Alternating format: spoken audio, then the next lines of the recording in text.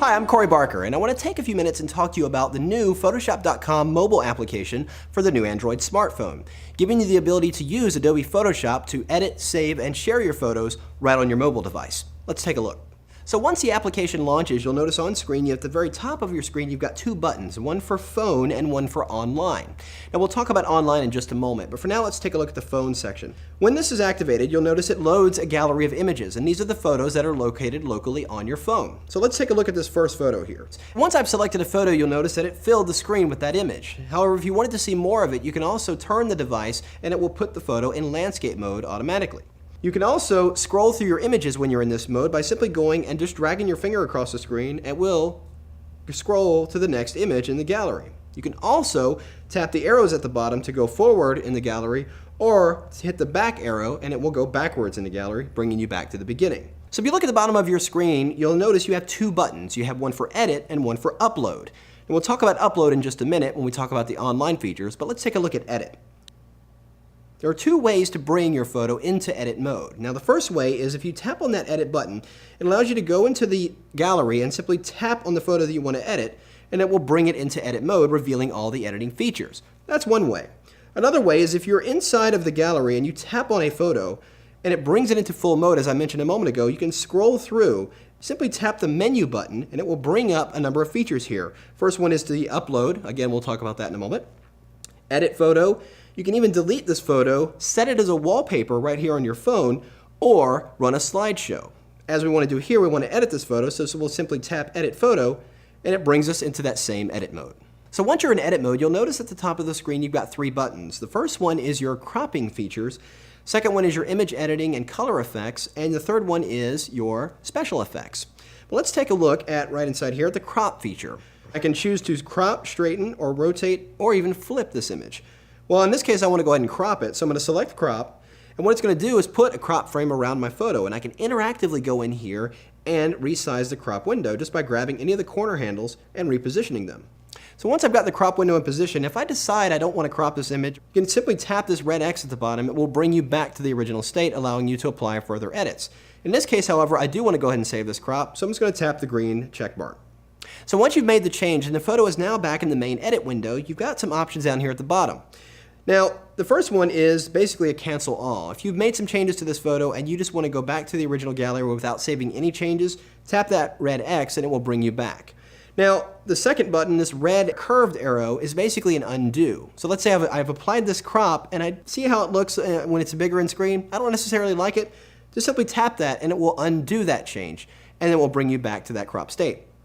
Now, if you do the undo and you decide, yes, I do want to keep that change, I've decided I like the crop after all, simply tap the green curved arrow and it will reapply the last crop you just made, or the last change you just made. So if I decided now I want to save these changes permanently, simply tap the button on the far right at the bottom and it will save it to your phone's image gallery. So now that we've gone through the steps of applying an edit, I just want to briefly mention all the other editing features that are available to you inside this application. If we go back inside that crop tool, you'll notice we have not only crop, but straighten, rotate, and flip. To select one, you just tap on it, and you can interactively adjust each one of these features by just moving your finger on screen, adjusting the photo to where you want it to be, and then you simply commit the change. The next button is, of course, the image correction and color effects. And what you do with these is you simply just go down the menu, tap on the feature you want to apply, and then again you can interactively move your finger on screen to increase or decrease the effectiveness of that correction. Except for black and white. When you select black and white, it just simply converts your image to a black and white photo, and you don't have to do any other correction. Now the third button is the soft focus. Again, you tap on this and you can interactively slide your finger across the screen to determine how much of the soft focus effect you want to apply. And again, like any other change, when you make an edit, simply tap the green arrow and it will save the change. So now that I've made the changes I want on this particular photo, I'm going to go ahead and save them and go back to the main gallery. So once you've edited and saved the photo, you can now upload it to your Photoshop.com account. Now the cool thing about the Photoshop.com mobile application is that you can connect online and upload your photos directly to your Photoshop.com account, essentially providing a backup for your photos locally on your phone. And this is easy because you can now share and access your photos both on your phone and on your PC anywhere you have an internet connection. So let's take a look at uploading a photo. All right, so we're still in the phone section of my application here, but let's say I wanted to upload some photos from my phone onto the Photoshop.com account. We're going to go in here into this phone section, and you'll remember those buttons I mentioned earlier at the bottom. We have Edit and Upload. We're going to tap on the Upload button, and what it's going to do is allow me to go into this gallery and tap on the images I want to upload to my account. And you'll notice it applies a little blue check mark on those photos. But however, if you accidentally tap on a photo you do not want to add to that gallery, simply tap on it a second time and it will deselect that photo. If I've got the photo selected I want to upload, go down here to the very bottom and simply tap Continue. So it'll bring you into this next window where you have the option of adding a description to the photo. Once you've done all that, you simply tap the Upload button and it will upload it to your Photoshop.com account online.